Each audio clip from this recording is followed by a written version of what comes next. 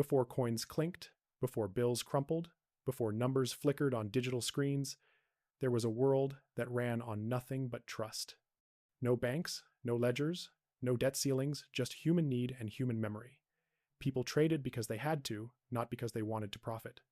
A fisherman offered his catch to a farmer, hoping the farmer would part with grain.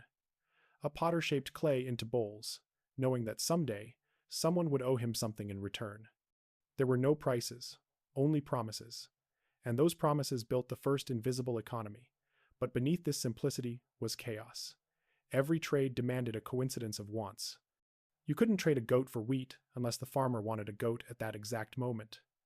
Value wasn't written down, it was negotiated, argued, remembered. What was a loaf of bread worth compared to a day's labor? What was a jug of oil worth to a man who already had 10? Every deal was personal, and every trade was fragile. Trust, not gold, was the true currency. In small villages, this fragile balance worked barely. Everyone knew everyone. Reputation replaced regulation, but as communities grew, trust stretched thin. You couldn't know the honesty of a trader 3 valleys away. You couldn't carry your reputation across mountains. The very thing that made barter human, its reliance on personal trust, also made it impossible to scale. Yet, within that struggle lay the spark of civilization's greatest invention. The world before money wasn't primitive, it was experimental. Every handshake was a contract, every trade a lesson. People learned that value was not in the object itself, but in the agreement surrounding it. A sheep was worth what someone believed it was worth. A pot's value was not in clay, but in the hunger it satisfied.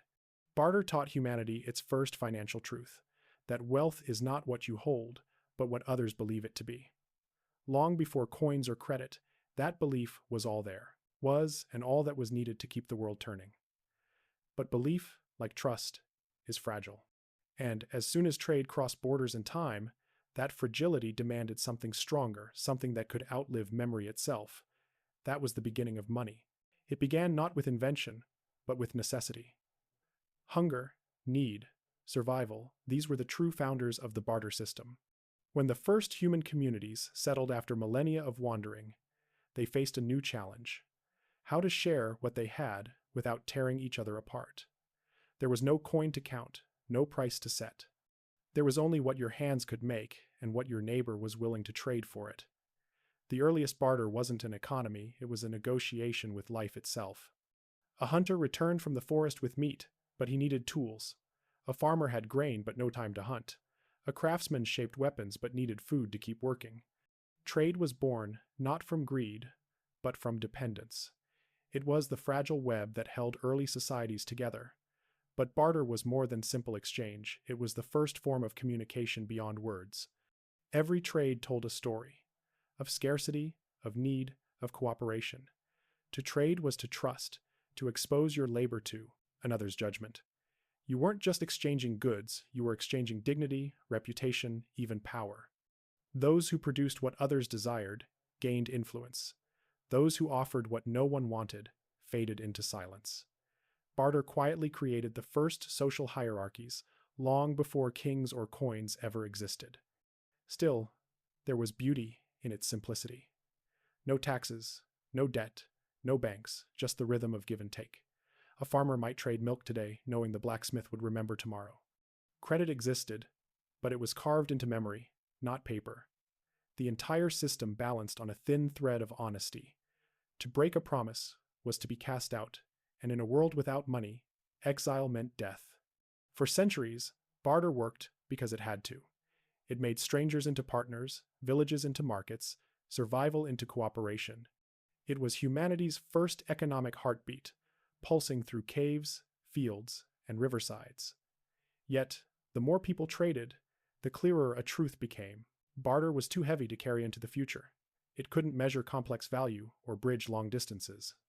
It was an engine made of flesh, and trust, as history would prove, always needs something stronger to stand on. That something was money. Barter worked only as long as people agreed on what something was worth, and that was its fatal flaw. Value, in a barter world, was never fixed. It was fluid, emotional, and often desperate. A loaf of bread could be priceless to a starving man, yet meaningless to a baker with 10 more in his oven. A cow might be traded for a sack of grain one day, and for 3 the next.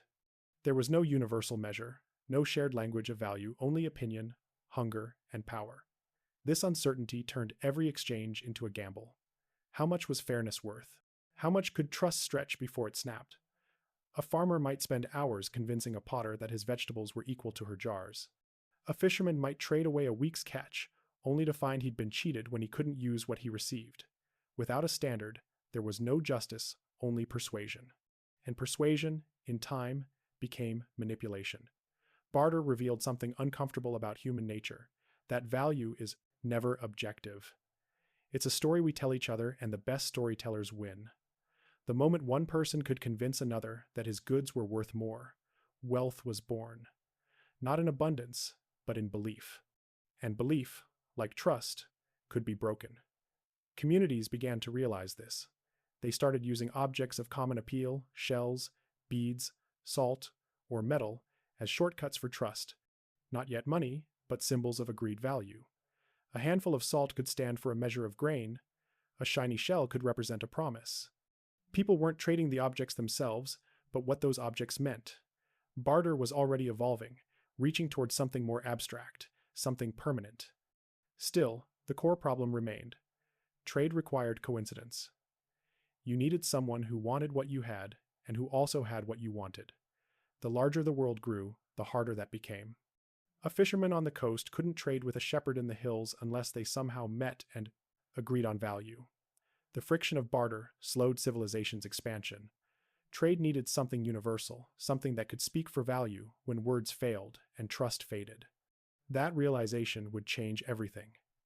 Out of the chaos of barter's uncertainty, the first concept of money began to form not as wealth, but as language. For all its simplicity, the barter system carried within it the seeds of its own collapse. What began as cooperation slowly became confusion.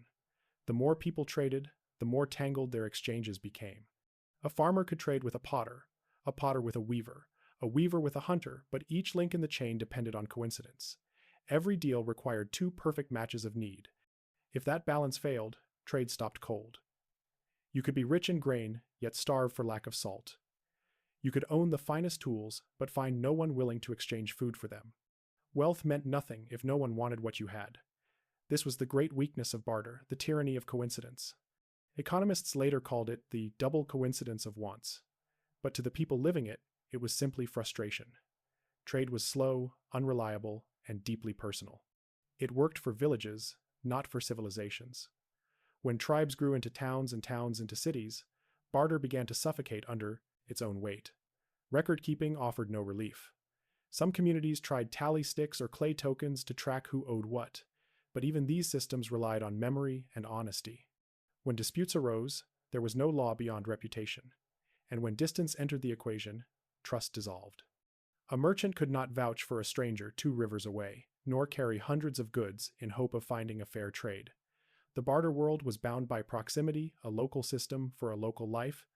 Yet humanity was no longer local. Trade routes stretched wider, ships ventured farther, and the human appetite for exchange grew endless. Barter could not keep pace. It lacked the speed and scale that civilization demanded. The moment people wanted to trade not just goods, but time, labor, or promises, barter broke. How could you trade a day's work today for a harvest 6 months from now? How could you measure future value with perishable goods? Barter had taught the world how to trade, but not how to grow. Its walls were closing in. To move beyond those limits, society needed something that could store trust, measure value, and travel farther than memory. That something would not just transform trade, it would redefine what wealth meant. The age of money was about to begin. When barter reached its breaking point, humanity didn't abandon it, it refined it. The chaos of countless trades and the exhaustion of constant negotiation led to one of history's quietest revolutions, the creation of a universal symbol for value. Money was not born from greed. It was born from desperation, a desperate need to simplify trust. At first, it was not gold or silver, but anything people could agree on. Salt, shells, cattle, grain, whatever carried shared belief. A coin is not valuable because of what it is, but because of what everyone agrees it means. That agreement was the real invention. Money was simply trust made tangible. It freed people from the endless dance of barter, allowing value to flow like water instead of crawling through mud. Now, a fisherman could sell his catch without waiting for the right trader. A farmer could store value for a future harvest. Trade no longer depended on timing or coincidence. It became portable, divisible, and universal. Money turned perishable goods into permanent wealth. It was the bridge between the physical and the abstract, between labor and promise. But with that freedom came new power. Those who controlled the tokens of trust controlled the flow of life itself. Kings, temples, and later, banks emerged to mint and manage this belief. They stamped faces on coins to remind people where that trust came from, not from nature, but from authority. What had once been a shared agreement between equals became a system of command. Money simplified trade, but it also centralized power. Yet, even as the world changed, the echo of barter remained. Every coin was still a trade, only now it was for everything and everyone. The same logic endured: something for something, trust for trust. What changed was scale. Money turned local exchange into global commerce.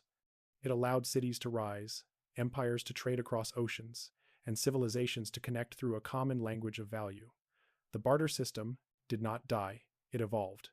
Its spirit lived on in every transaction, every contract, every marketplace.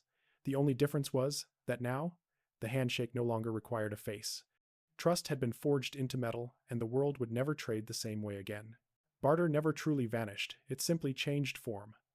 Beneath every digital transaction, every market exchange, every glowing number on a screen, the old rhythm of trade still beats. Something for something. Value for value. The world may look automated now, but the logic of barter still governs it. We still trade our time for money, our labor for security, our attention for entertainment. The difference is that the exchanges have become invisible, buried beneath layers of systems we rarely question. The stock market is barter on a global scale, trust exchanged for potential gain. Governments trade bonds for belief, promising repayment that may never come. Social media trades your privacy for connection. Even money itself, the tool created to replace barter, has become another object of barter exchanged for promises, interest, and speculation. The circle has closed. What was once simple has become sophisticated, but not different. Humanity still survives by negotiation. And when systems collapse, when currencies fail, when inflation erodes trust, we return instinctively to barter. In every crisis, from wars to natural disasters, people go back to the oldest economy of all. They trade food for fuel, medicine for safety, favors for protection. When trust in institutions disappears, the barter instinct resurfaces. It is the final fallback of civilization, proof that exchange, not money, is the real foundation of society. That's the irony. The modern world is built to make barter unnecessary, yet it depends on it more than ever. Behind every credit score is the question of trust. Behind every purchase is a belief in value. The same questions that haunted the first farmers and hunters still haunt us now. What is this worth? Who can I trust? What will they give in return? The barter system didn't just give birth to money, it gave birth to the very idea of economy, of cooperation, of civilization itself. It taught us that survival depends not on what we have, but on what we can offer. Thousands of years later, that truth hasn't changed. The forms are new, the scale immense, but the essence remains ancient. Every deal is still a trade of trust. And in the end, trust is the only currency that never loses its value.